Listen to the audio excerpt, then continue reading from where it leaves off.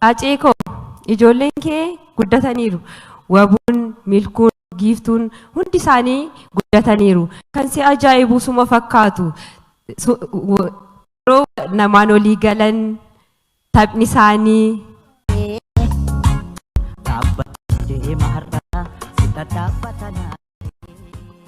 Galatooma.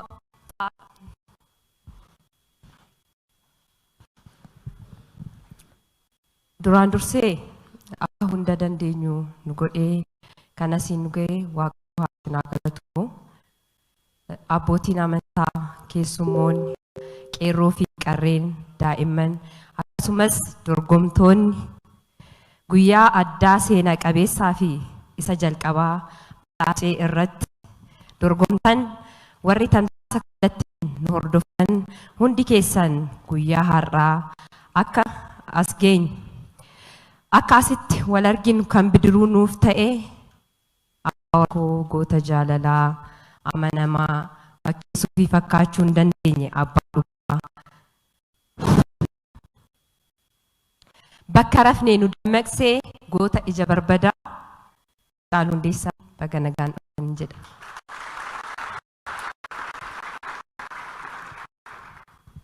Acee jirra bullee barii arguuf garaa nu bal'isee nuyi yaa irraanfachuu jette. Dhugaadha garaa bal'annaan waa hedduu argina garuu hin irraanfannu. Haa ga'u nagaan koo jaalallee koo ijoollummaa abbaa ijoollee koo amanamummaa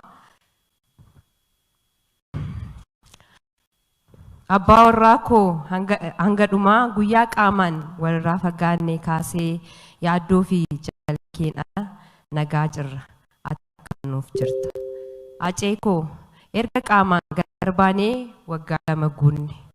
Yoon kana jedhu waan nama taaneef guyyaa lakkaa'uun keenya hin hafu malee ani fi ati yoomuu gargar hin baanu. Yaadaa fi waan hundi keenya wal keessa jira. Acee koo ati yeroo hunda kabaja kooti, karaa kooti. Karaa fi garaatu gargar nama baasa jedhu mitiire. Anaafis garuu garaanis namnis gargar nun baasu. Karaan irra deemu mara waliin deemna. Acee koo akkamiin akkan si ibsu hin beeku. Waanumanan si ibsuun dhabe. Ati anaaf nama addaati. Anatu ragaa siif baha. Yartuu, gantuu, asumee fi as dhiyoo maqaa kee xureessuu yaalan illee hin milkoofneef. Keessa namaa hin beektuu keessa qabatteen namaa icci jettee atu. Ati dhaannaa onnee kooti. Gaafa dhaannaan onnee koo dhaabbate gammachuun koo guddaadha. Maaliif yoo jette biyya qaroo ijaa, beekaa ofii, dhiiga qulqulluu fi dhugaa namaa xuuxxuurraa boqadhee si bira dhufa. Ammasitti imaanaa ati natti akkuma ati jettee ijoollee keessa nan guddisa. Kuni eeyyama waaqaa fi waadaa kiyya. Acee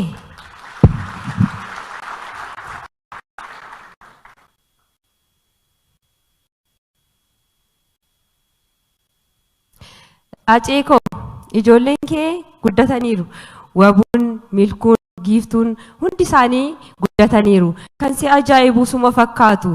Yeroo namaan olii galan taphni isaanii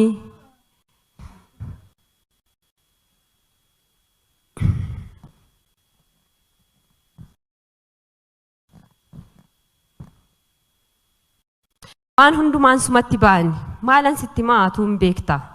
Keessattuu milkuun suma fakkaatti. Acee koo fakkii kee jedhuun ni laata? Lakkin jedhuun isumatti jettee nan waama. Giiftii jedheen waamaani. Ati dhaannaa onnee kooti. Gaafa dhaannaan onnee koo dhaabbattee gammachuun koo guddaadha. Maaliif yoo jettee biyya qaroo irra sinii deebi'a ammas kana irra sinii deebi'a. Biyya qaroo ijaa, beekaa ofii, dhiiga qulqulluu fi dhiiga xuuxxuurraan boqadhee si bira dhufa.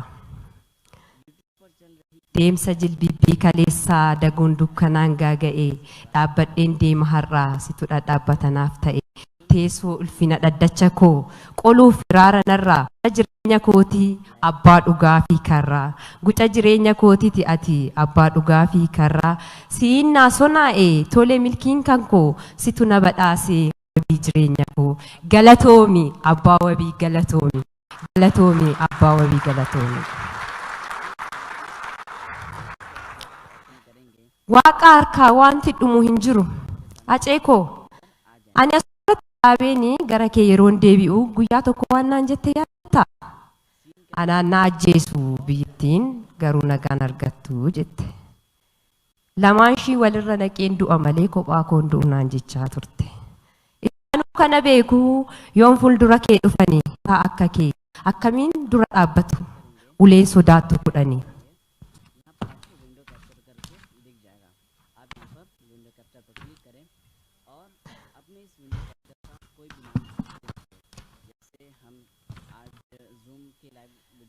Kan si ajaa'ibu biyyi nagaa erga dhabdee turteetti.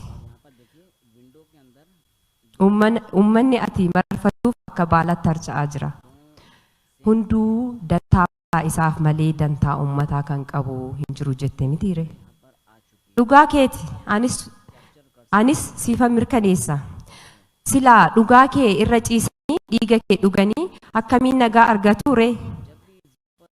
Jidduutti uummata keetu dararamaa jira.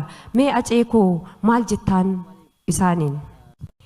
Waa'ee keenya yoo itti dhiisnee silaa naman dhiisu dubbii keenyatti akka hin taane otoo jirruu nuti akka hin jirre maal godhu jiruu faana gargar baane itti dhiisnee silaas gadi hin teenye walii gallee yookaan alaan galle mee beekaamoo wallaalaa kam mannaa nuuf hin galle rakkannee akkam taana kun wal sakaaluun dantaa taate walii gamnee rakkoonis keenya taate mee yaa rabbii yaa gooftaa koo tokkicha koo mootii hundaa walii galiitii nuuf tu'i hin dandeessa harkaa qabda jiruu jechuuf jiruu miti nuti akka jirrutti jirra sitti iyyanna egaa uummanni kees waaqatti iyyachaa jira acee koo ati dhugaadha dhugaan garuu fira hin qabdu nuti dachee sobaa xaxamti keessa jirra. Randagamaa moxobii bajjii baqaqsuu kootii shira yartuun dadhabee qe'ee godaanuun kootii shirri yoom dhugaa moote yoo waaroo marte malee yoo xiqqoo turte malee bahee daggalan jira dhugaa barbaada.